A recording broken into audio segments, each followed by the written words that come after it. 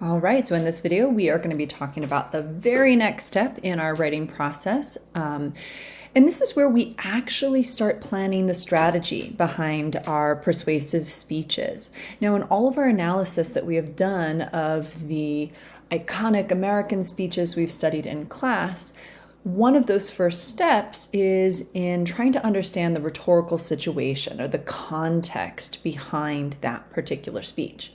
Now, what we are going to be doing is we're going to be creating a rhetorical situation for our own speeches, and then we're going to use that rhetorical situation to create a strategy that allows us to very intentionally speak to our audience and persuade them in ways that are very intentional to their identity. So let's go ahead and get started by downloading our Rhetorical Strategy Planner from Schoology. Feel free to pause this video while you go and grab that using the screenshot here to direct you. You're going to be entering that Lesson 7 through 9 folder and then downloading the Rhetorical Strategy Planner document. All right, now once you have this document open on your device, I encourage you to put this video in split screen, and then I am essentially going to walk you through a series of questions that you're going to ask yourself and think inside of your own mind and imagination. Then you're going to pause the video, you're going to jump over to your Rhetorical Strategy Planner document, and then you're going to go ahead and formalize some of those thoughts in the right-hand column of that graphic organizer. So let's go ahead and get started. The very first section of your document is a placeholder for your topics, your speech topic. So go ahead and start by placing your speech topic at the very top of that graphic organizer, and then we're going to start thinking about who we are designing this speech for, your audience, essentially. Now, as you think about the who behind your speech, I really encourage you to let your imagination be your guide. Now, I, Mrs. E, am certainly not your audience. Your classmates are not your audience. You want to be thinking about who seems to be directly impacted by this topic. Or maybe you want to think who has the power or the authority to make the change that you seek. Again, I'm not that audience, but who is? Now, either of the answers to each of these questions may direct you to who that audience is, or you may say, does my speech have more than one audience? Am I directing this to more than one group of people? Now, once you've given this some good thought, then you're going to pop over to that right-hand box and you are going to finish the sentence starters. My speech will be directed to, and then things I need to consider about this audience are. Think about how your audience already feels about this topic. Do they agree with you? Do they disagree with you? What do they already know about this topic? In what ways do they need to be informed, brought up to speed, or in what ways are they already knowledgeable about this? Think about their mental or emotional state. Does that impact the way in which you're going to address them and persuade them? And when you're ready, let's start thinking about your purpose. So go ahead for a moment, we'll do another visualization. I want you to go ahead and project yourself into an imaginary future in which the problem that you've identified has already been resolved. So what is it actually going to take to make that a reality? What role is your audience going to play in that particular change? And now let's define your speech's purpose.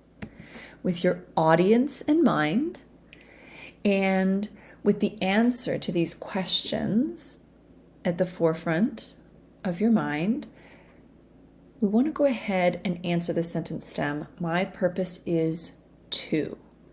Now, after that to, we want to follow that up with a verb, maybe more than one verb. What are you actually trying to do? Are you trying to persuade? Trying to convince, trying to inspire or motivate? Are you trying to prove? Are you trying to rally? What are you trying to do? Once you have your purpose, let's start thinking about tone. We've learned over and over again the importance of striking the right tone. So let's start with where you are at personally on this topic. Tone refers to your attitude.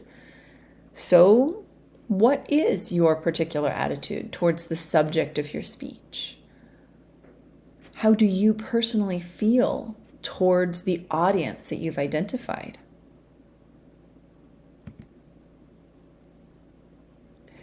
Now let's continue to think about that audience, because of course this is a speech for them. What tones is your audience going to find most engaging, motivating, or persuasive? Are there any tones that you should avoid? Perhaps because it would cause them to shut down or stop listening to you in some way.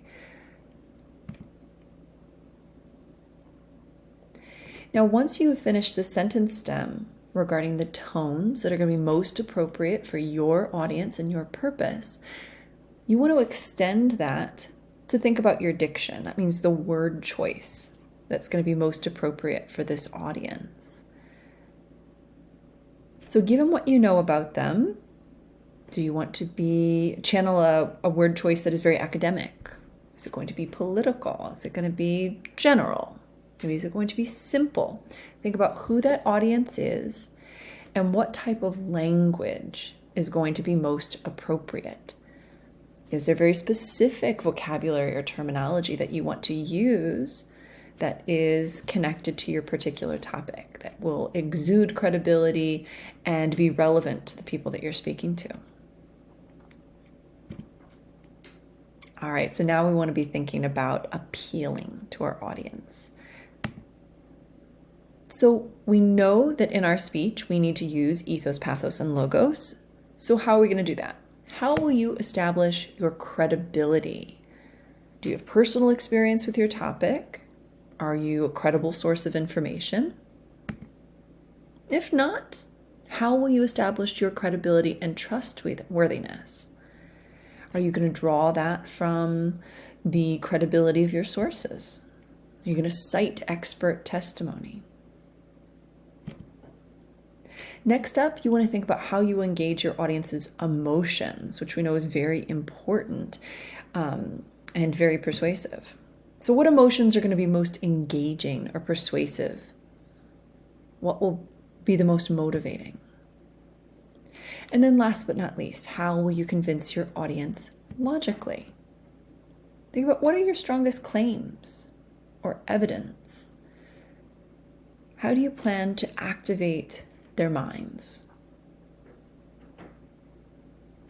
All right, and now we're in the home stretch.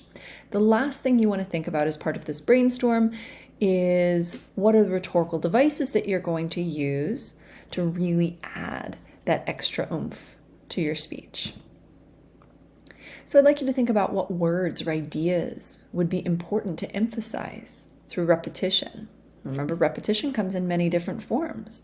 Repetition by circling back to a key word or phrase, but repetition can also look like anaphora. It can look like epistrophe. I also want you to ask yourself what comparisons could help to clarify or illustrate key ideas from within your speech. Think about what metaphors you might create.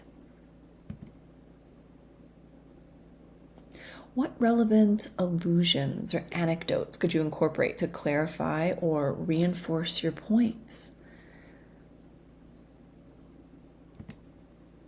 And last but not least, what powerful rhetorical questions will prompt your audience to consider your ideas, or maybe even challenge their own preconceived notions?